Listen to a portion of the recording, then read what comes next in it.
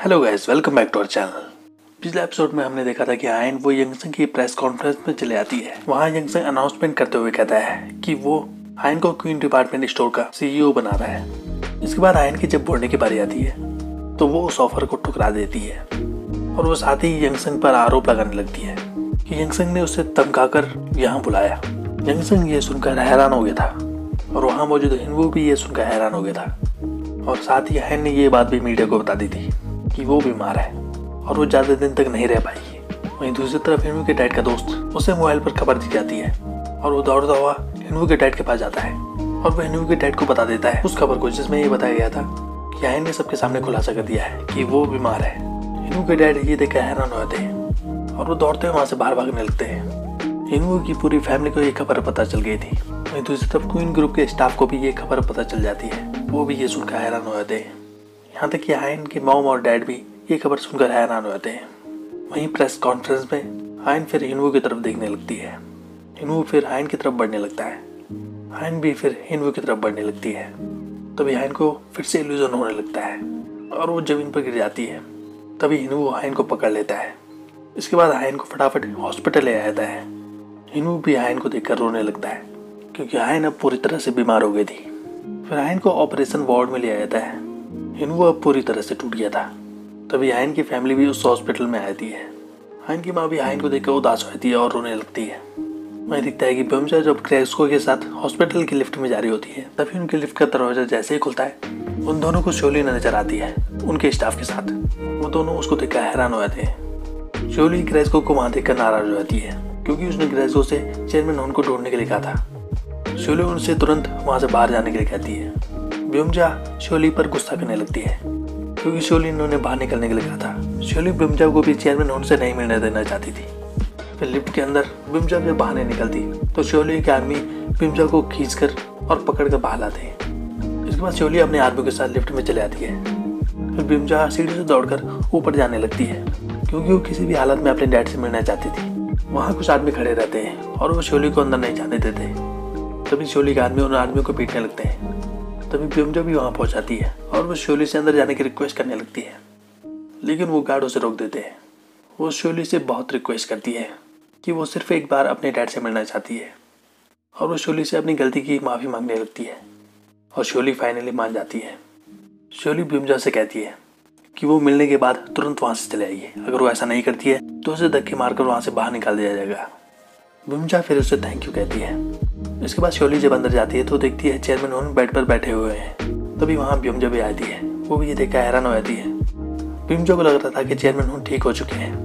तभी बाहर से ग्रेस्को चुपके से अंदर आ जाती है क्योंकि उसने ब्योमजा के रोने की आवाज़ सुनी थी। वो भी अंदर जाकर देखती है कि ब्योमजा अपने डैड को गले लगा रही है। ब्योमजा फिर शोली पर भड़कने लगती है और उसे अब सब कहने लगती है।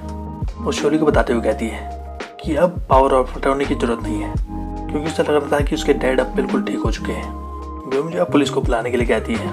ब्योमजा अपने डैड को बताते हुए कहती है किसी औरत ने आपकी हालत ऐसी की है। उसके डैड शोले को देखने लगते हैं और वो कहते हैं कि ये औरत कौन है, यानी कि चेयरमैन होने अपनी याददाश्त भूल चुके थे। ब्योमजा ये सुनकर हैरान हो जाती है और शोली खुश हो जाती है। ब्योमजा के डैड भी उसे नहीं पहचान रहे होते हैं। ग्रेस्को भी अब ब्योमजा के साथ न रहकर शोली के पास जाने लगती है। इसके बाद ब्योमजा को वहाँ से धक्के मारकर बाहर निकाल दिया जाता है। वहीं हॉस्पिटल में दिखता है कि हिनवू के माँ बाप भी वहाँ पहुँच चुके थे आयन को देखने के लिए। आयन की माँ हिनवू से पूछने लगती है आयन के बारे में कि इसे क्या हुआ है। हिनवू कुछ कह नहीं पा रहा होता है। फिर डॉक्टर आयन को माँ को बताता है कि आयन को ब्रेन ट्यूमर है। आयन की माँ ये सुनकर परेशान हो जाती है और वो हिनवू से पूछने लगती है कि क्या उसे आयन की बीमारी के बारे में पता था। हिनवू कुछ नहीं कहता। वो हिनवू से पूछने लगती है अगर उसे आयन की बीमारी के बारे में पता था तो उसने आयन की फैमिली को क्यों नहीं बताया। उसे लग रहा था कि हिनवू ने फिर से उनके साथ धोखा किया है। वो हिनवू पर गुस्सा करने लगती है। आयन के डैड फिर उसे चुप रहने के लिए कहते हैं। वो डॉक्टर से पूछने लगते हैं कि आयन को क्या हुआ है। वो डॉक्टर से पूरी डिटेल मांगते हैं। डॉक्टर आयन के डैड को बताता है कि ये अलग टाइप का ब्रेन ट्यूमर है जिसके केसेस बहुत कम पाए जाते हैं और कोरिया में इसका इलाज पॉसिबल नहीं है। आयन की माँ ये सुनकर हैरान हो जाती है और वो फिर रोने लगती है। हिनवू फिर उन्हें संभाल देता है और वो आयन की माँ से माफ़ी मांगता है। अंदर जाकर आयन के डैड आयन से मिलते हैं। हिनवू आयन के डैड को बताता है कि आयन ने उसे ये बात बताने के लिए मना किया था। उसने कहा था कि जब वो ठीक हो जाएगी तब वो खुद ये बात बता देगी। इसके बाद लिफ्ट में जाकर हाइन के डैड रोने लगते हैं। बिमजा भी हाइन की माँ से माफ़ी मांगती है क्योंकि वो उस दिन हाइन की माँ को हाइन की बीमारी के बारे में बताने वाली थी। हाइन की माँ को दुख होने लगता है ये सुनकर कि हाइन की बीमारी के बारे में सबको पता था, सिर्फ उसको छोड़कर। इसके बाद हाइन की माँ पास का सोचने लगती है जिस दिन हाइन ने उन्हें अपनी बीमारी के बारे में बताने की कोशिश की थी, लेकिन हाइन की माँ को सुनने को तैयार नहीं थी। हाइन की माँ को फिर अपनी गलतियों पर अफसोस होने लगता है कि जब उसने हाइन के साथ बुरा बर्ताव किया था, और वो ये सोचकर रोने लगती है। पूरी रात फिर हाइन के साथ हिनवू मौजूद होता है और वो सिर्फ हाइन का हाथ पकड़कर रो रहा होता है।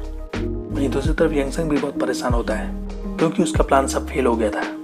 तभी यंगसंग को डाई का फोन आता है। डाई हेन के बारे में यंगसंग को बताने लगती है क्योंकि डाई को भी पता चल गया था कि हेन को बीमारी है और उसे लग रहा था कि हेन मरने वाली है।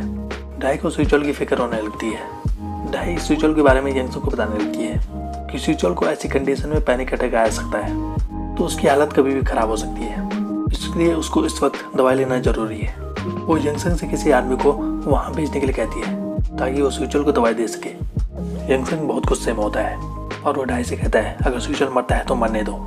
डाई ये सुनकर हैरान होती है। यंगसंग डाई पर गुस्सा करने लगता है। वो डाई से कहने लगता है अगर उसने फिर से इस काम के लिए उसे फ़ोन किया तो वो खुद जाकर सुइचोल को ख़त्म कर देगा। ये कहकर वो फिर फ़ोन काट देता है।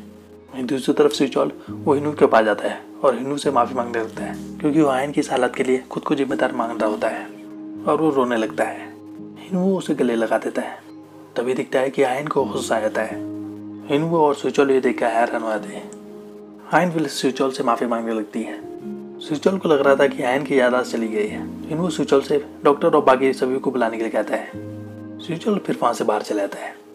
हिनू हाइन को देखने लगता है। हाइन हिनू से कहने लगती है कि जब से वो हिनू से मिली थी तब से वो हिनू को पसंद करती है। वो हिनू को बताने लगती है कि वो हिनू के लिए बहुत कुछ करना चाहती थी लेकिन वो उसके लिए कुछ नहीं कर पाई। वो हिनू से माफ़ी मांगती है।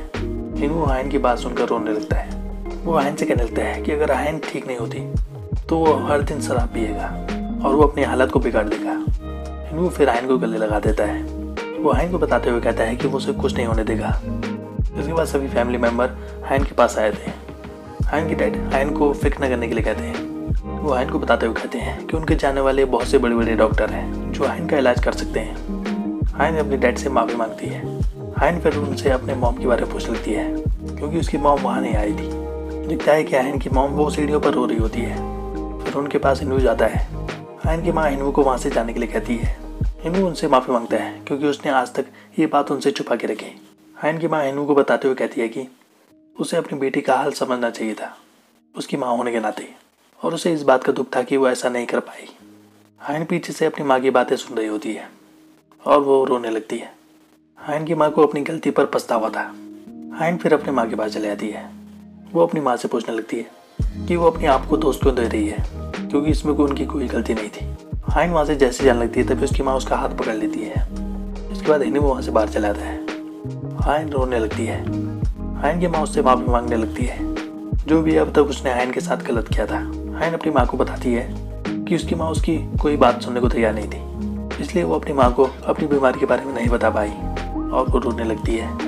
उसकी माँ उससे कहने लगती है कि उसे कुछ भी नहीं होगा। इसके बाद हाइन अपनी मॉम को गले लगा देती है।